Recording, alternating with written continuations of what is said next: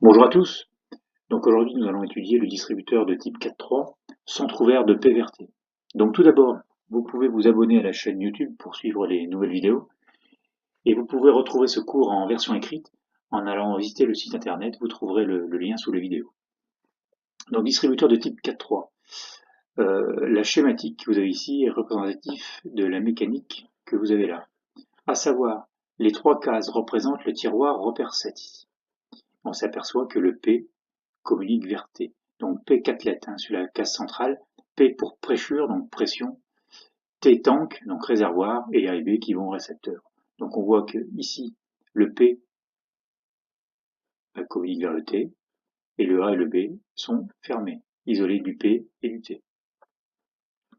Pour déplacer les distributeurs, on a deux bobines, la bobine 6 et la bobine 5, respectivement la bobine 6 et la bobine 5. Ici, c'est juste la prise, la connexion Hirschman des bobines pour alimenter les bobines. Le rappel du tiroir se fera par deux ressorts, donc le ressort 10 et 11, ressort 10 ici, et le ressort 11 qu'on a là. En repère 8 ici est dessiné un poussoir.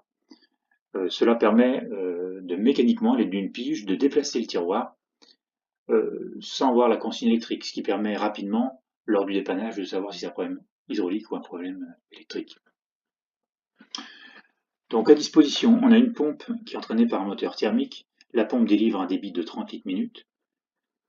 Elle est protégée par un limiteur de pression qui règle à 200 bars. Lorsque nous mettons la pompe en route et qu'on ne touche pas au distributeur, on s'aperçoit que toute l'huile issue de la pompe retourne au réservoir de PVRT.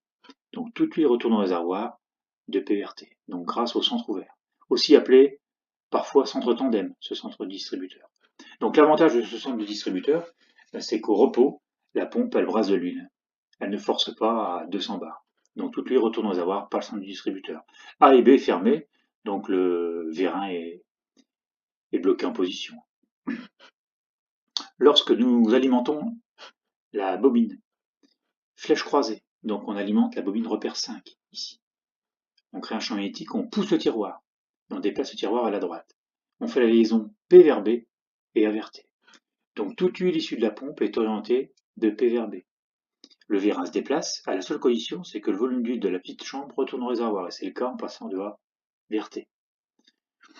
Donc en M2 ici, on aura la pression qui sera créée par la charge, donc 50 bars.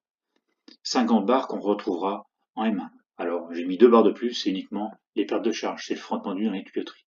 Donc toute huile issue de la pompe va au vérin sous 50 bars.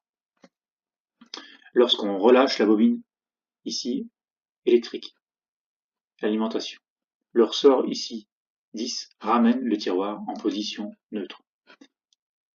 P communique vers T. Donc on n'a que les pertes de charge en M1 et toute l'huile retourne au réservoir par le son du distributeur. Ça évite de laminer de l'huile dans le limiteur de pression. Lorsqu'on alimente la bobine repère 6, on vient pousser le tiroir et on décale le tiroir vers la gauche. On fait la liaison P vers A sur le symbole ici et B vers T. Toute huile issue de la pompe est orientée de P vers A. Le vérin rentre à la seule condition, c'est que le volume d'huile dans la grande chambre retourne au réservoir, et c'est le cas en passant de B vers T.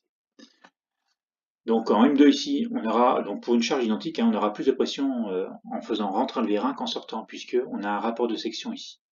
J'ai marqué 2, c'est-à-dire qu'il faudra 2 fois plus de pression, vu que l'huile s'applique sur 2 fois moins de surface, en rentrant. Donc on aura 100 bars en M2, et puis toujours 102 bars en M1, donc 2 barres de plus. Donc le vérin.